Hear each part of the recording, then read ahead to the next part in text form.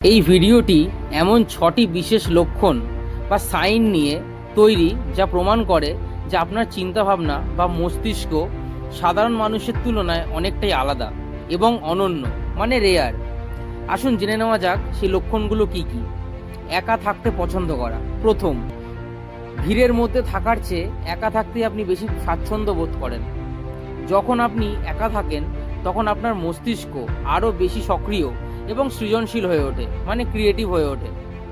গভীর চিন্তা ভাবনা। আপনি যে কোনো বিষয়ের শুধু ওপর বা সাধারণ উত্তর দেখেই সন্তুষ্ট হয়ে যান না, বরং যে কোনো জিনিসের গভীরে গিয়ে তার কেন এবং কিভাবে উত্তর খোঁজার চেষ্টা করেন। বেছে বেছে কাজ করা বা চুজি হওয়া।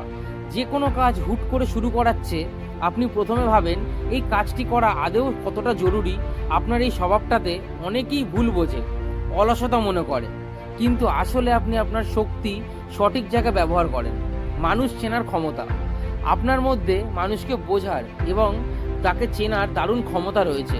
কে আপনার সামনে অভিনয় করছে আর কে মনের দিক থেকে আসল বা তার আপনি খুব সহজেই বুঝে ফেলতে পারেন।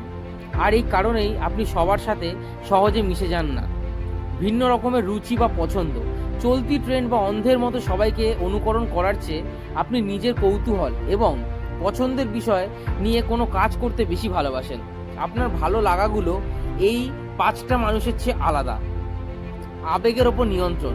যে কোনো পরিস্থিতিতে হুট করে বা রেগে গিয়ে প্রতিক্রিয়া দেখানোর করার থেকে আপনি প্রথমে পুরো পরিস্থিতিটি ভালোভাবে পর্যবেক্ষণ করেন, তারপর ঠান্ডা মাথায় চিন্তা ভাবনা করে সঠিক সিদ্ধান্ত নেন বা জবাব দেন।